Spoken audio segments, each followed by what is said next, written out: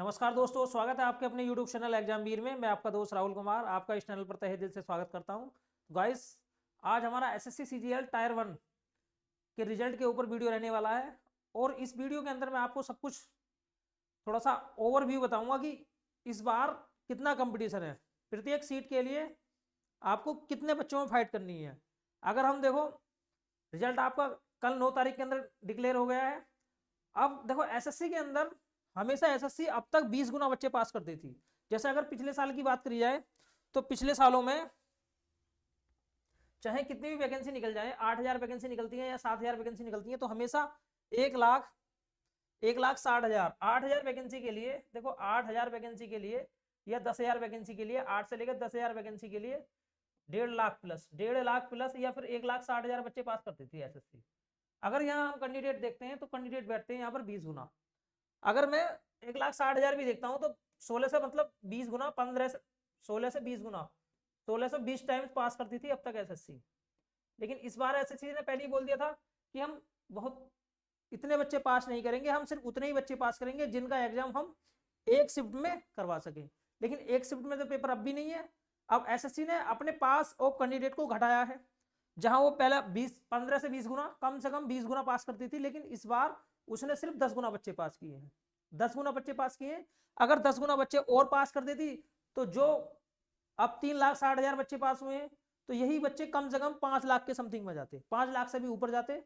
लेकिन इस बार एसएससी ने पास कैंडिडेट को घटाया है, अपने नंबर ऑफ टाइम्स को घटाया है। इसलिए आपकी जो कट ऑफ है थोड़ी सी, देखो ज्यादा तो कट ऑफ गई नहीं है, 114 कट ऑफ गई है।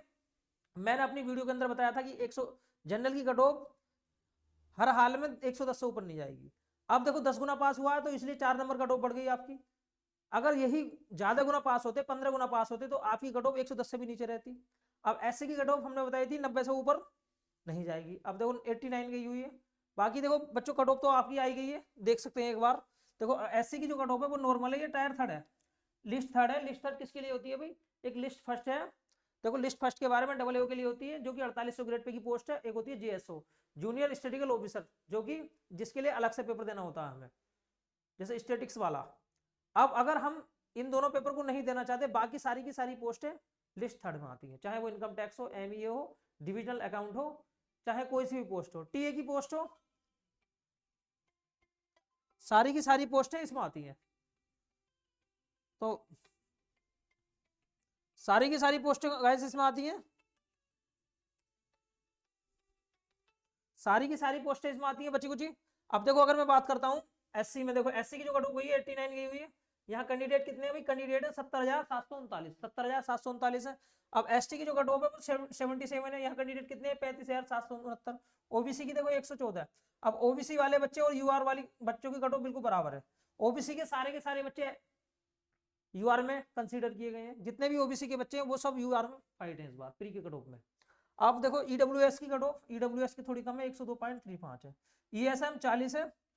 बाकी आप देख सकते हैं, बाकी जितनी भी है इनकी सबकी 40-40-70 है। ओएच की 70 है, बाकी सबकी कट ऑफ बहुत कम है। अब देखो यहाँ एक बात दी गई है कि बच्चों एससी के जो कैंडिडेट है 24,145 और एसटी के 6,988 और ओबीसी के 98,518, 98,518 मतलब टोटल कैंडिडेट जितने भी हैं वो यूआर के अंदर क्या भी। और देखो ईडब्ल्यूएस के 37,832, वो सारे के बाकी हर कैटेगरी के दिया गया है यहाँ पर।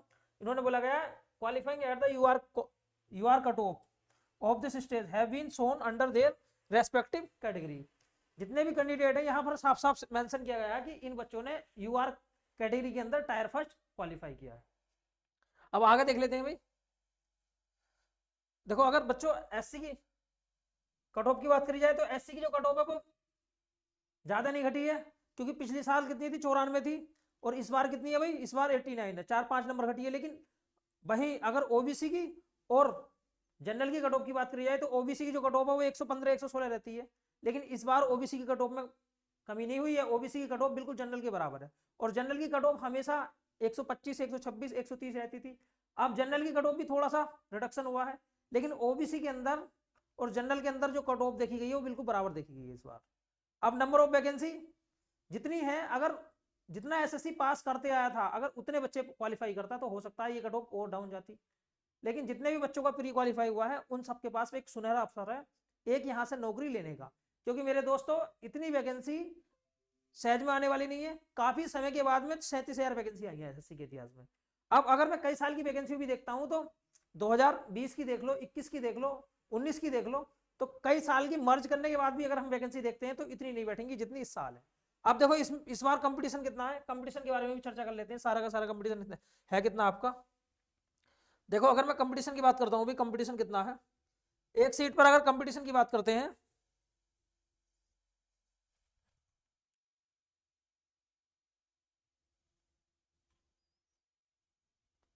देखो, अगर एक सीट पर हम कंपटीशन की बात करते हैं कैटेगरी वाइज और पोस्ट वाइज, सब कुछ मैं आपको बताऊंगा।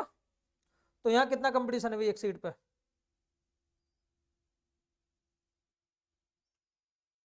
देखो लिस्ट थर्ड में कितने बच्चे पास हुए हैं भाई। लिस्ट थर्ड क्या है, लिस्ट थर्ड बाकी डबल ए ओ और जेएसओ इन पोस्टों को छोड़कर बाकी जितनी भी पोस्ट आती हैं एसएससी सीजीएल के अंदर, जितने भी डिपार्टमेंट आते हैं सारी के सारी पोस्ट लिस्ट थर्ड में है।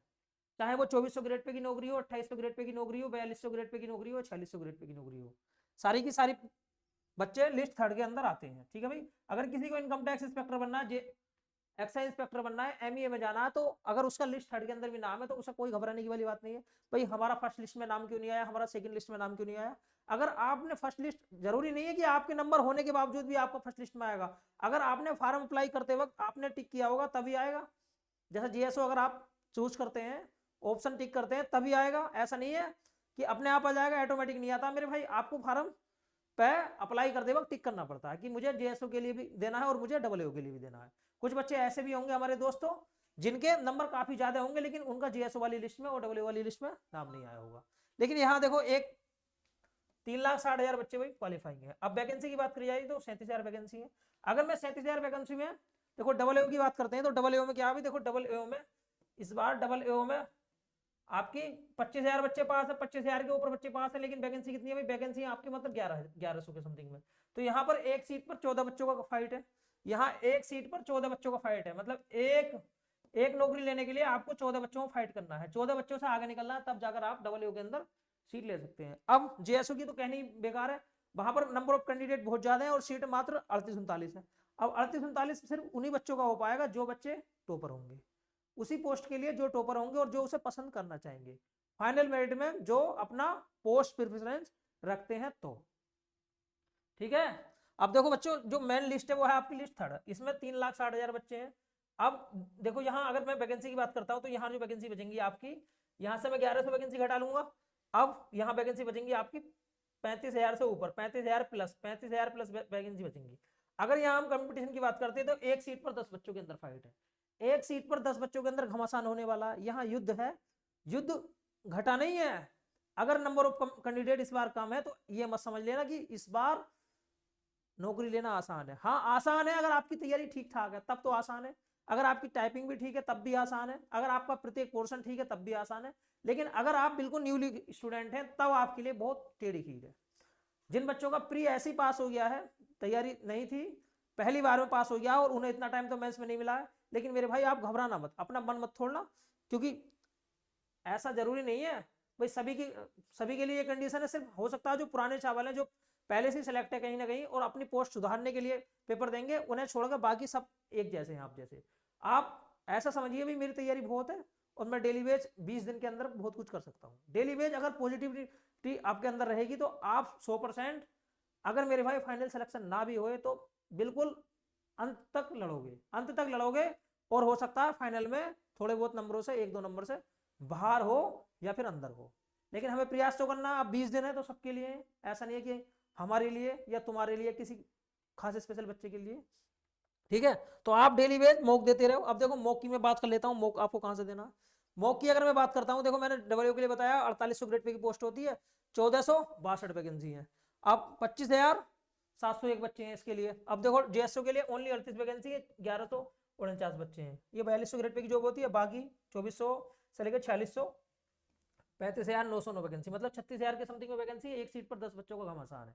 अब देखो एसएससी जब पिछले, अगर हम इतिहास की बात करते हैं तो एसएससी जब भी फाइनल रिजल्ट जारी करती थी टाइपिंग के लिए, तो टाइपिंग के लिए भी कम से कम वो 3 गुना बच्चे बुलाती थी, कम से कम 3 गुना बच्चे। देखो उसका पहले से हिसाब है, अगर मान लिया भाई 8,000 सीटें हैं मेरे दोस्त, 8,000 सीटें हैं, तो या तो 20,000 बच्चे पास करती थी, या तो 20,000 बच्चे या फिर 22,000, 20,000 से लेकर 25,000 बच्चे, 2.5 गुना या 3 गुना टाइपिंग के लिए। लेकिन इस बार टाइपिंग आपकी साथ है, अगर टाइपिंग साथ है तो इस बार टाइपिंग होने के बाद में ज्यादा बच्चे नहीं बुलाए जाएंगे, जितनी सीटें हैं हो सकता है उतने बुलाए जाएं या फिर थोड़े बहुत एक्स्ट्रा बुलाए जाएं, क्योंकि डीबी के लिए थोड़े बहुत बच्चे एक्स्ट्रा रखने पड़ते हैं हर डिपार्टमेंट में।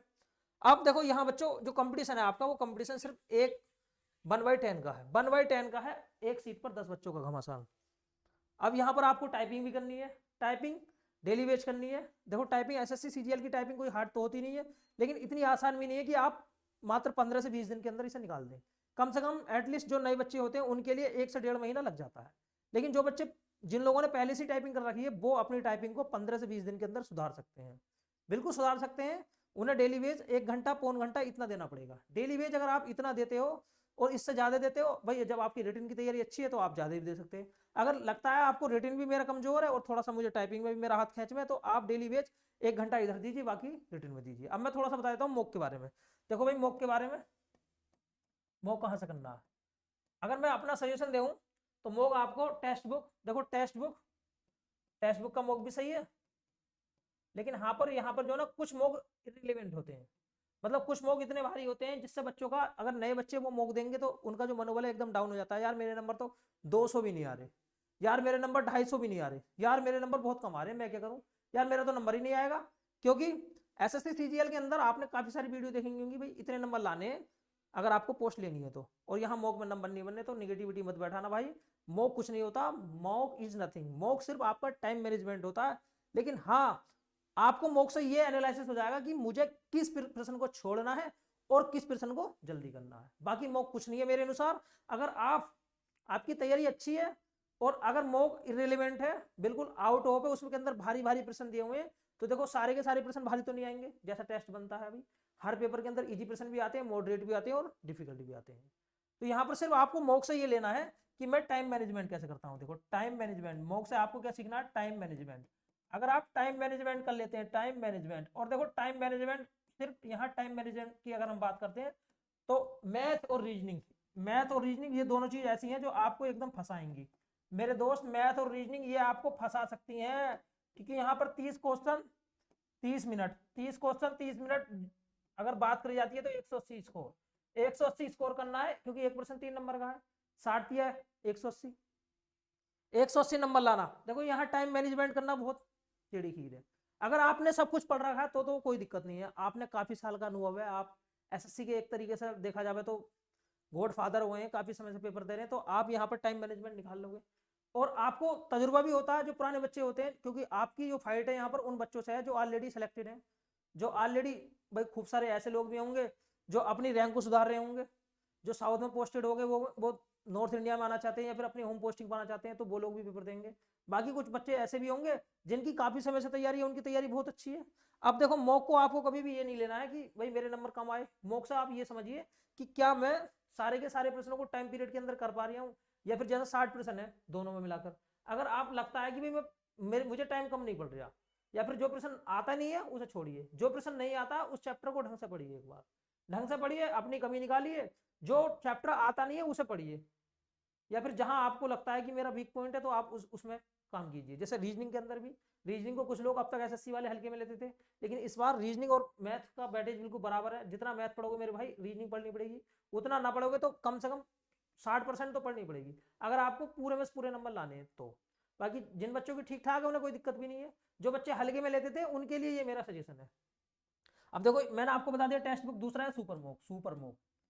सुपर मॉक की अगर मैं बात करता हूँ तो रैमो सर का जो सुपर मॉक है वो बहुत अच्छा है, रैमो सर वाला सुपर मॉक बहुत अच्छा है। अगर आप इसे देते हैं तो यहाँ पर बिल्कुल जैसा पेपर आता है उसी टाइप का सुपर मॉक होता है, ऐसा नहीं है कि इरिलेवेंट हो, आपको देखने के बाद में या सुपर मॉक लगाने के बाद में आपको मनोबल डाउन हो सकता है कुछ सवाल उसमें भी टफ आते हैं, लेकिन मेरे भाई एसएससी का इतना लेवल तो है, जीडी तो है नहीं, आपको मेहनत तो करनी पड़ेगी अगर एक ऑफिसर की जॉब चाहिए।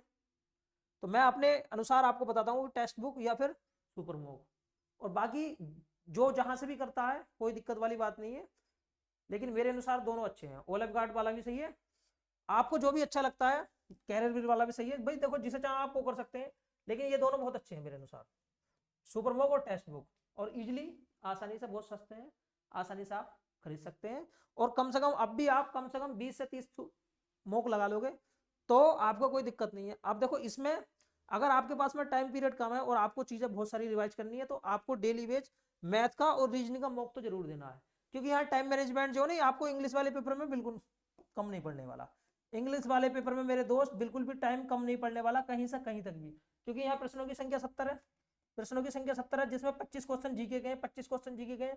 अगर आपसे जीके आती है तो इन 25 क्वेश्चनों को आप 5 मिनट नहीं लगाएंगे, 5 मिनट के अंदर अंदर आप इन प्रश्नों को सारे के सारों को एकदम कर दोगे, हद से हद 5 या 6 मिनट मानता हूं मैं। बाकी देखो 55 मिनट, अब देखो 70 क्वेश्चन, तो इंग्लिश के अंदर तो आपको टाइम नहीं मिलेगा, इंग्लिश के अंदर तो आपको सारी की सारी चीजें आनी है, रिवाइज करनी है, और जितना ज्ञान हो सकता है, जितनी बुकैब हो सकती है, सारी की सारी बटोर लो और डेली बेस आप प्रैक्टिस करो, एक एडिटोरियल पढ़ो। टाइम नहीं है तो मत पढ़ो। लगता है मेरा पैराग्राफ कमजोर है और मुझे प्रश्नों के आंसर छाटने में परेशानी पड़ती है थोड़ी, क्योंकि बुकैब की हैबिट आनी जरूरी है भाई, रीडिंग की हैबिट होनी चाहिए पेपर से पहले। 15 से 20 दिन आधा आधा घंटे 15-15 मिनट जरूर पढ़ लेना, उससे क्या होगा, हैबिट बन जाएगी और आप पैसेज को आसानी से पढ़ पाओगे। ठीक है भाई, देखो अकॉर्डिंग टू जितनी भी मेरी एसएससी की तैयारी है अब तक, और मैंने भी एसएससी कई बार क्वालिफाई किया, अपनी सारी की तैयारी के आधार पर मैंने आपको थोड़ा सा सजेस्ट किया दोस्तों। तो अगर दोस्तों जितने भी नए साथी हैं जो पहली बार वीडियो पर आए हैं, चैनल को सब्सक्राइब कर लो, और अगर हमारी वीडियो पसंद आती है तो वीडियो को लाइक करो। मिलते हैं नेक्स्ट वीडियो में, आज के लिए इतना ही काफी है। जय हिंद, जय भारत।